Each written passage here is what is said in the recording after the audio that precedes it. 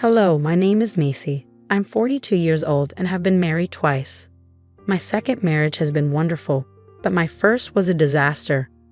My first husband's name is Bobby, and we were high school sweethearts. I was a cheerleader and he was a jock.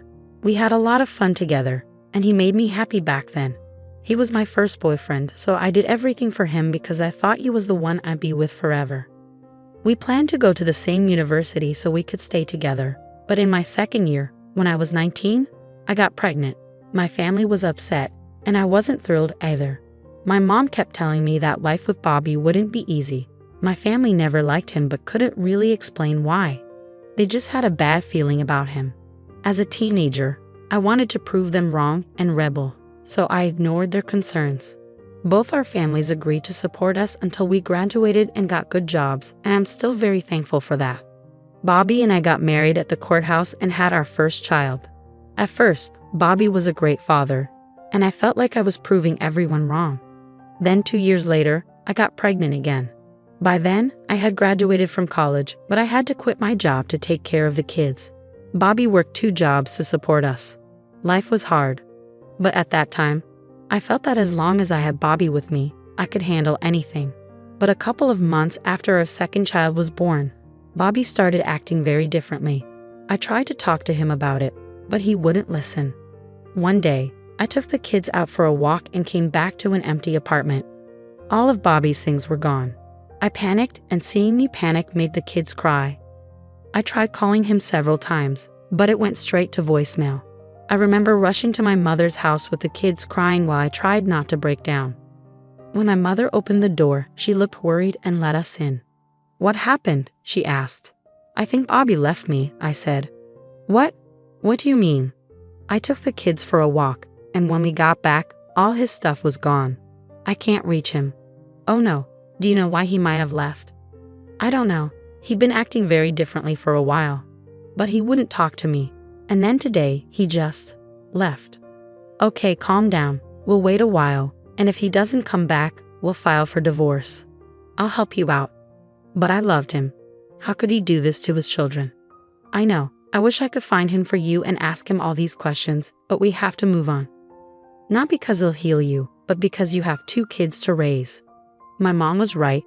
I spent the next few months painfully getting over him while raising 2 kids who looked a lot like him. I cried myself to sleep many nights, but eventually, months turned into years, and I slowly got over the pain. My kids obviously asked questions about their father, and when they were old enough, I told them the truth. They were devastated but surprisingly understanding. As a family, we learned to live past the pain. My mom was a huge help and made raising 2 kids much easier than it would have been alone. 13 years after Bobby left, I met my current husband, Fred, at a bar during one of my friend's birthday parties. My mom was watching the kids, so I thought it was a good time to relax and have some fun with my friends. Most of the night, I stayed with my friends, chatting and laughing. Towards the end of the night, Fred approached me. My friends had been encouraging me to meet someone for years, but I was too traumatized by Bobby to try. So when Fred came up to me, my friends stepped back to watch as I talked to him. He started by asking if he could buy me a drink. I wasn't going to turn down a free drink, so I said yes. We waited until we got our drinks to start talking. "So what brings you here?" he asked. It's my friend's birthday, and I'm just here to celebrate with her," I replied. "That's nice. How about I send over some drinks for all of them?" he offered. "All of them? There are 7 more people there." "It's all right. I'll make up all the money I spent here the next 2 hours, so no worries." "So you're rich? Ha, I guess you could say that. Of course, I'm not trying to brag or anything. No, it's a great thing to flaunt. Not a lot of people get to do that, and you aren't being a jerk about it. You're buying a bunch of strangers drinks because I told you it was one of their birthdays. What can I say? I have a particular weakness for pretty women. You're so weak you believe everything they say, even lies." "Yes, of course. Although did you lie?" he asked with a playful smile. "No, it is one of their birthdays, but it is concerning that pretty women make you weak. You should get that checked," I joked. "How about you help me with it? Maybe if I had a pretty woman by my side, I'd only have a weakness for one woman," Fred replied with a playful smile. It was a confidence boost to be called pretty by Fred, especially because he was so handsome. He looked like he could be on the cover of Vogue. I surprised myself by flirting back with him. I was usually quite introverted, so I don't know if it was the drink or just Fred's charm, but I felt comfortable being flirty. Eventually, my friends came to get me, thanking Fred for the drinks.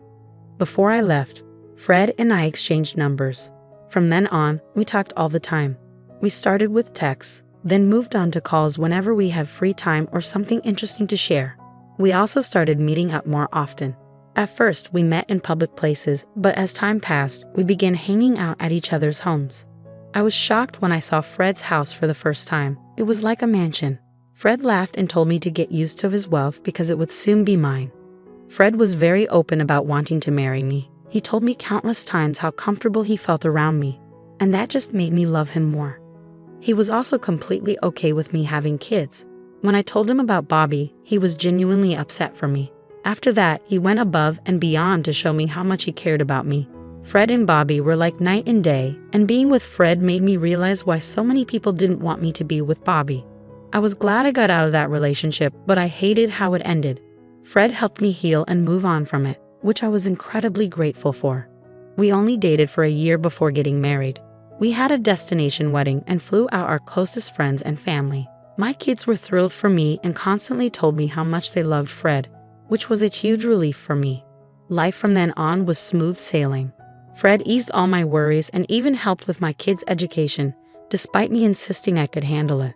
He showed me that he accepted all of us, not just me. He decorated my kids' rooms exactly how they wanted them before we even moved in together. Fred did everything Bobby didn't and more. It was a true turning point for my family, and that's how we grew into what we are today. From then on, Fred and I had a child of our own, but he never treated my kids differently. About a year after our marriage, my kids asked him to legally adopt them, which was another big moment for our family. After that, we became one big family. We did all the things families do, going out to eat, going on vacations, having fun together, you name it. My career was going well, and Fred's company was thriving too. There wasn't a single thing wrong in my life. Before I knew it, 7 years had gone by. Then, one day, out of the blue, I got a call from an unknown number. "Hello," I answered. "Look who it is. It's Macy." "Who is this? Don't you recognize me?" "Ah, I don't think you remember much anyway. It's Bobby here. How are you doing?" the voice said. "Bobby? What the heck? How did you even get my number?" I asked, surprised. "Ah, I forgot how whiny you are. I just happened to come across your number and thought I'd give you a call to see how you've been," Bobby replied. "How has life been treating you since?" he asked. "Since you left me? Oh, come on, Macy. We were having way too much trouble, and both you and I know that we would have gotten divorced anyway. So you just chose to leave without saying a word." "Well, I wanted to avoid all the emotional drama, so I did what I had to do," Bobby said. "You are unbelievable. A pretty rich piece of work. Do you even realize the harm you caused me? Leaving was the best thing that ever happened to me. Are you serious right now?" "Yes, I married a wealthy woman with kids, but I was willing to overlook it because of her money. And it paid off because she got me this amazing job that pays me so much. I'm living my dream." "So you abandoned your own kids to take care of someone else's. You gotta do what you gotta do, right? Please never call me again. Goodbye." I was stunned by the sheer audacity of that man to call me just to brag about his new rich lifestyle. Part of me wanted to keep talking to him just to find out where he was, so I could give him a piece of my mind.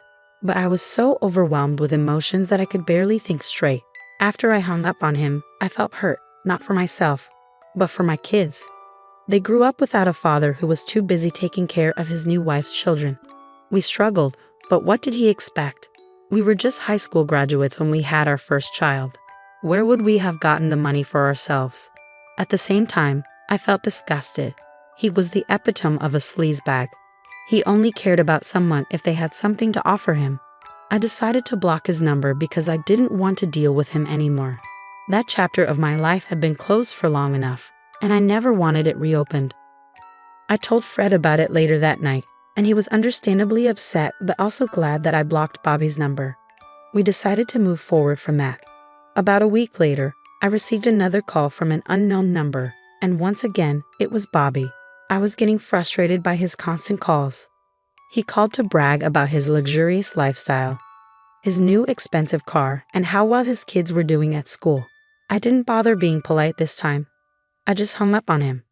But that didn't stop him. He kept calling every week after that, telling me about his extravagant purchases. I blocked him with every new number he used, but he kept finding ways to reach me. Eventually, I stopped answering his calls altogether because he was becoming a nuisance. It seemed like he enjoyed bothering me. One day, when I was stressed at work, Bobby called me again. "Oh, hey, Macy," he said. "Can't you just leave me alone?" I snapped. "Oh, come on. I'm just trying to make up for lost time," he replied casually. "Well, you're 20 years too late. The kids don't care about you, and neither do I. Leave me alone," I said firmly. "You know you love it, Macy," he replied. "I really don't. I don't want to hear anything about you or your new good life." "Why? Are you jealous? Are you jealous I'm living the life that you'll never be able to live?" he taunted. "I can assure you I'm not." "Well, here's something that will definitely make you jealous.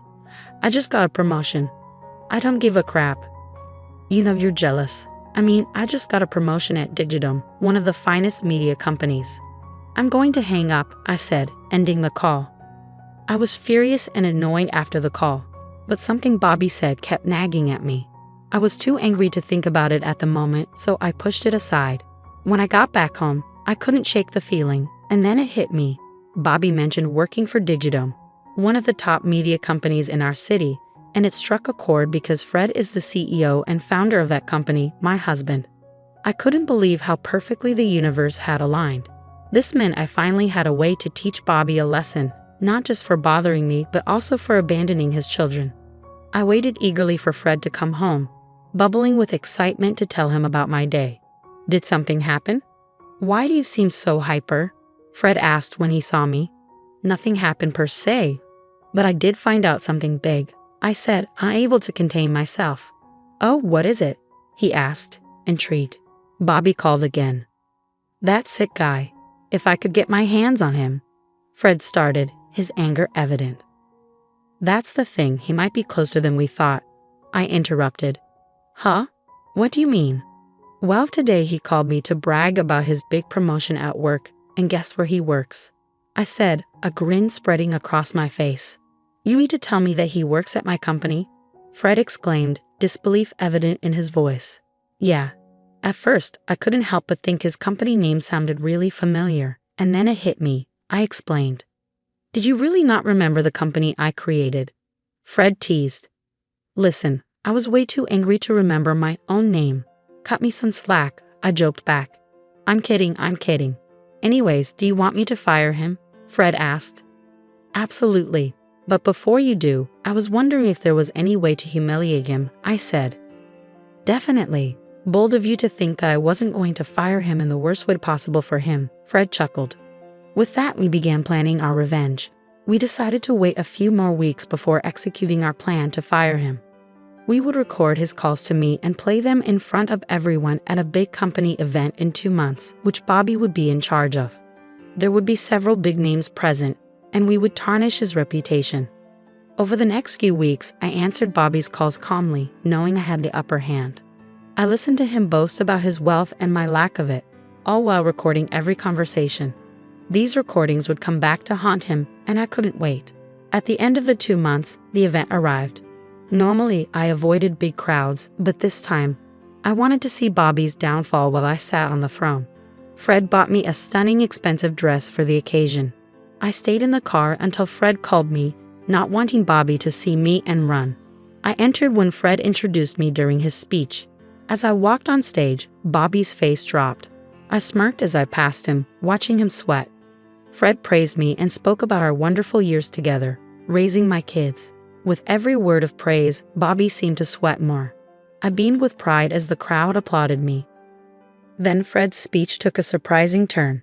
He spoke about how I had been harassed by my ex-husband recently, detailing how he had abandoned me and our kids to start a new family with someone wealthy. But fate had a twist in store because my ex-husband worked for Fred's company. The crowd murmured in shock, speculating about who my ex could be. Fred quieted them down, promising to reveal the identity. He pointed at Bobby, declaring him to be my ex-husband. The crowd buzzed with disbelief. Bobby looked like he might faint, realizing there was no way out. Fred wasn't finished, he had proof. He played the recordings of Bobby's calls to me, exposing his behavior.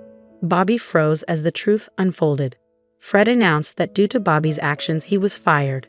The crowd cheered as Fred and I left the stage. Bobby was escorted out, and the event continued smoothly. Revenge was served, and it tasted sweeter than anything else.